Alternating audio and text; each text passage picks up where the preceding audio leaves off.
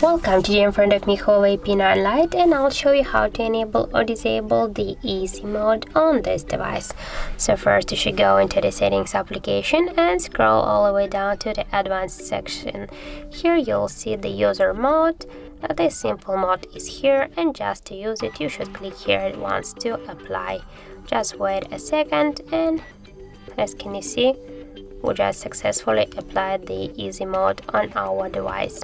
And if you want to just turn it off, you should click here again on the settings, click here, then just to more settings, go back to the advanced section, click to simple mode, and to click here to exit from the easy mode on our device.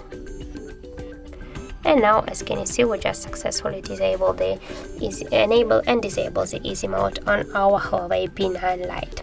So that's it. Thank you guys for watching, and if you found this video helpful, don't forget to leave a like, comment, and to subscribe our channel.